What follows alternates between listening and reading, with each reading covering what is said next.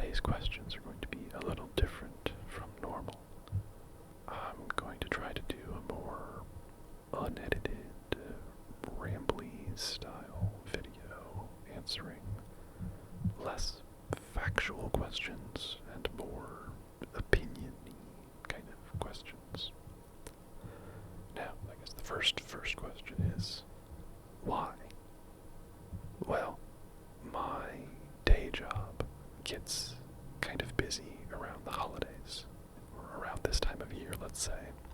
So, in order to not drive myself insane, having to research and write and record an entire episode about some subject that I may or may not have knowledge of, I wanted to answer some questions just sort of off the top of my head.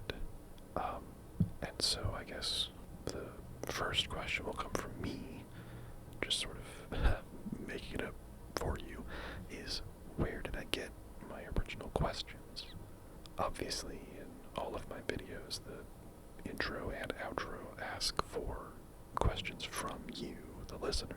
But in order to start, to make my first, and a little behind the scenes, the first 5, technically, videos, I sourced those questions from friends of mine.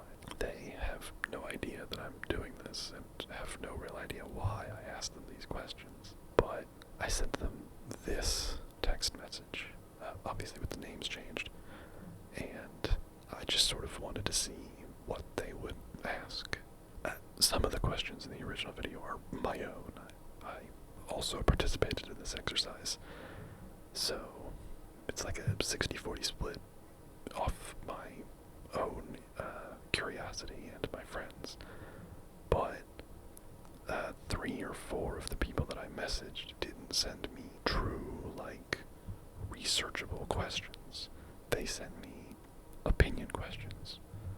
You know, things like, what's your favorite so-and-so, or if you could have any blah blah blah, what would it be, or what would you do with $1 million, those kinds of questions, right? Which, because I asked them specifically not to consider context, they didn't know that this was because I was trying to record some kind of well-researched, fact-based-ish ASMR YouTube channel. They just thought I was asking them a weird question on some random Tuesday night or whatever. So, instead of just throwing those questions away, I thought, if I ever needed a quick and dirty type of video, especially for parts of the year where I am busy or, on vacation or whatever, where I have less time to, sit down and do the YouTube thing, that I would use them as sort of a more personal video style. So, without further ado, our first question comes from Paige, and it is, what fictional world would you most want to live in? Which is a great question. So, for me personally, I am just weird enough to have thought about this before having gotten this question. I'm a big fan of, or I guess was a big fan of, the old Cracked video series After Hours. It was staged as a series of nerdy comedy writers sitting down at a diner and discussing some kind of topic in a deep dive / nerdy way, wherein they would sort of pick apart each person's argument of oh, this is the best superpower, or that is the best superpower, or whatever. And I think they might have done one like this, so it's kind of been on the back of my mind. And I think the answer that I gave her when I responded to this text was that I would want to live in the Pokemon world, which maybe you good valuable listener guessed, based on how many Pokemon questions I've answered so far on my channel. But it just seems like, well, this is on the assumption that it's me as I am right now, magically or somehow otherwise transported into the world as myself, the world that I would most likely survive or thrive in, right? Like this kind of question, it'd be very cool to be teleported into the Marvel universe as a mutant or as a superhero, but if if it's just me as the normal nerdy human that I am, then I am still just living the same life. I just have a much greater chance of having my car or home or business absolutely destroyed by whatever crazy superhero or supervillain nonsense is going on at the time. And so, taking that kind of thing into consideration, right? What would a normal human like me be able to sort of thrive in? Pokemon seems to be one of the better ones. Obviously, if you read the Pokedex entries for some of these Pokemon, they are true nightmares, horrors beyond imagining. But Pokeballs just seem to be a cheap and prevalent enough resource that they are found on the ground sometimes by adventurous young 10-year-olds, and also sold to 10-year-olds regularly. Like, our main character in almost every Pokemon game is literally a child or a teenager. So, I think as an adult man, I would do okay in that world at the very least. I could catch a Pokemon to at least keep myself safe. I could, in theory, make money participating in the whatever league or battling people, so that I might not necessarily need to get a job, because people have jobs in the Pokemon world, right? They work as nurses or shopkeepers or groomers or whatever. So, I don't know, it seems theoretically possible that would be the best way to live like a relatively relaxing life in a fictional universe. I don't know. From what I know about Star Trek, that also seems like a decent choice. Like, don't get me wrong, the explorers on the whatever ship of that season have crazy, ridiculous adventures, but that's sort of the point, right? Is that most of humanity is left on Earth in a functional utopia, and it's just a select few of them that are sent away on these ships to go explore space. So in theory, the Star Trek universe also a good choice, because you're literally just transporting yourself into a utopia, assuming I understand Star Trek lore correctly. Star Wars is another good one in theory, assuming that you have midichlorians and a connection to the Force. But at the end of the day, you're just going to be an everyday so-and-so under the thumb of whatever government or empire or whatever is currently in charge. And maybe a select few of us could be like Mandalorians or bounty hunters or whatever, but I think the average person is ultimately just going to be an average person, a work-a-day nobody. Meaning no offense, obviously, to anybody who does that, like me. Yeah, I think those are, of the fictional worlds I am at least aware of or involved in, those seem like the best options. Pokemon or Star Trek, I think. Let me know in the comments below if you agree or disagree, or what fictional world you would most like to live in, assuming it was just you, and not a special version of you in accordance to the laws of that universe. Alright, I'm just going to go in the order I received these questions from these people, so actually the first several are all going to be from Paige. Next up would be, if you could create your dream concert with any 3 performers, living or dead, who would you choose? And now, this one was tough for me. Probably not for the reason you, dear listener, are thinking. I actually don't listen to a lot of music, which is sort of unfortunate for the asker of this question. I legitimately don't know. I've got a few bands that I like, but I'm gonna be honest with you, I don't really enjoy going to concerts.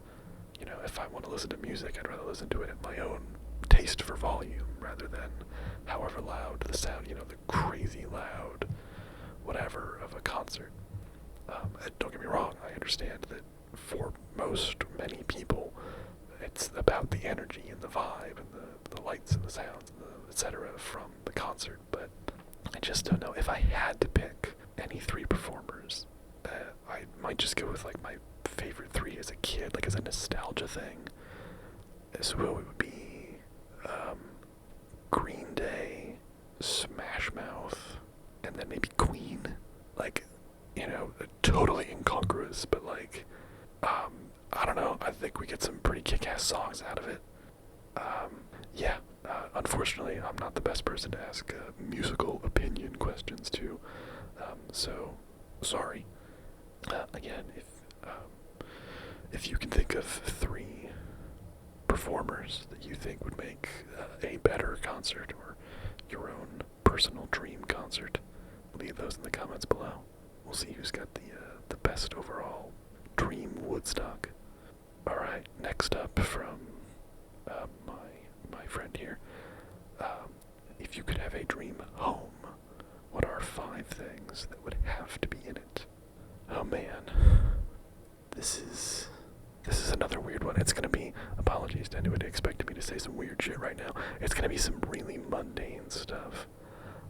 In the house that I'm living in currently, I don't have a dishwasher, at least right now. So that's like number 1 on my list is a dishwasher, just so I don't have to freaking wash everything by hand. The next, I don't know if you would count it as 1 or 2, but a washing machine and dryer. The same deal. I live in a condo technically, so I have a shared washer and dryer in the basement that costs money to use per wash. So ideally, I would have my own washer and dryer in my dream home. So whether that's items 2 or 2 and 3, is I suppose up to you. I am a big fan of board gaming, so I think I would want like a nice fancy gaming table. If this is on the assumption that money has no object and I can just sort of get whatever I want. Yeah, a big fancy gaming table I think would be thing number 3. Similarly, I am still using my desk was a Christmas gift from my parents maybe a decade ago. So like I would upgrade my desk. I would get like a nice home office desk that I can actually put all my stuff on nicely and get all organized and stuff. Yeah, that would be number 4. Gosh, I don't know. I mean, there's, obviously I want all the obvious stuff, but like, to make it a dream home, what would a 5th thing be? Probably like a gaming room. I know it's not like a thing, but to have 5 things. Yeah, just, a gaming room, like a dedicated room in my house specifically for gaming, right? With the table and some nice chairs and good shelving for all my board games, good lighting, a whole thing. I think those would be the 5 things that would have to be in it. And that's not even stuff that has to be in it right away, right? Or some of those things I just have to build or buy and put in there. But that would be my choice. Those would be my choices. Gosh, grammar. All right. Our final question, at least for this episode. If you could have an unlimited amount of any 2 liquids come out of your pointer fingers, so left and right, which 2 liquids would you pick? And, oh my god, this is such a fun question. Of the 4 that I was sent, this is absolutely my favorite, because the options are so incredible. I was not given, and that's the whole verbiage of the question. So, because I have no real way to get these answers, I'll just pose them out loud. My immediate question is, at what pressure do the liquids come out? Because, like, if I could control it, then water is like an easy first pick. Because that means you are always hydrated. You never have to pay for water ever again, basically. Assuming you are using it for cooking and cleaning and your toilet and whatever, but it's unlimited, so hey, whatever. I suppose you could technically sell it if money was the thing you were worried about making, but if I am able to control the pressure, it means that I could also use it to like clean, as a power washer or pressure washer, I guess, if I'm not also producing soap, it's pressure that does it. But as a pressure washer or as a sprinkler system to play with whatever. Boy, it just means that you could solve so many problems with like a literal unlimited supply So that feels like an obvious choice, especially if you were the only person like in the world that has this ability.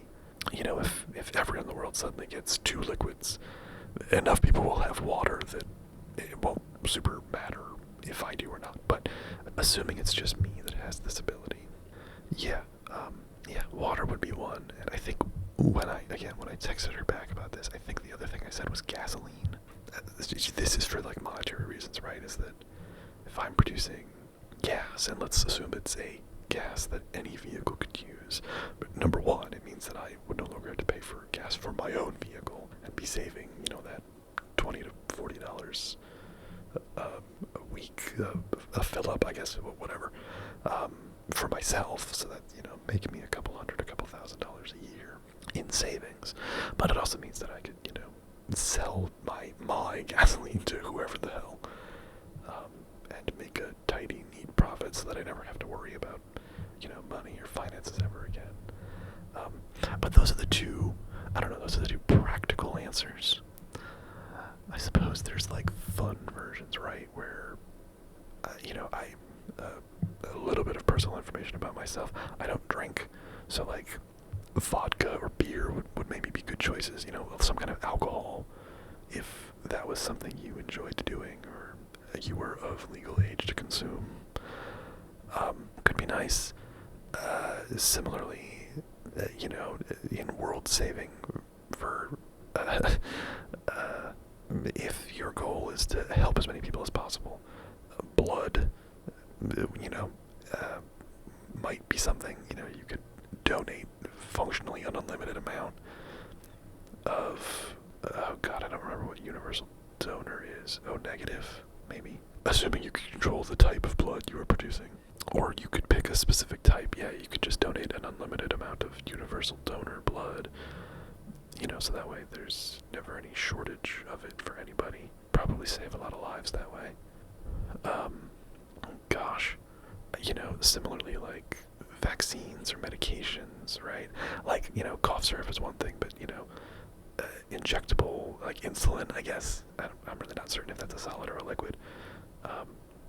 But things like that, right? The injectable or medications that are expensive or life-saving, if you could just produce an unlimited amount of it, you legitimately would save many lives if you gave it away for free, or, you know, far cheaper than whatever the pharmaceutical companies are charging for them in your country or area. I don't know.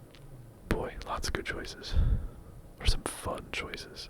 Like, you know, juice, lemonade, you know, some kind of drinkable liquid would be fun. Yeah, no, it's a really good question. I think I'm gonna stick with water and gasoline as my personal choices, just because of how useful they would be, the utility that they would both have. I think that would be my choice. But again, as with all these, I would love to hear your opinions down in the comments below. So if you thought any of these questions were fun or interesting and have a possible response to them, go ahead and leave them down in the comments below. I super look forward to hearing them. Or if you have any other opinion, questions you think it would be fun to hear me ramble about, like an insane person, go ahead and leave those down below as well. I'll make another one of these videos at some point, I'm sure. So I look forward to seeing those. Now, please don't forget to like and subscribe and to leave a comment. And I'll see you in the next one. Have a great night.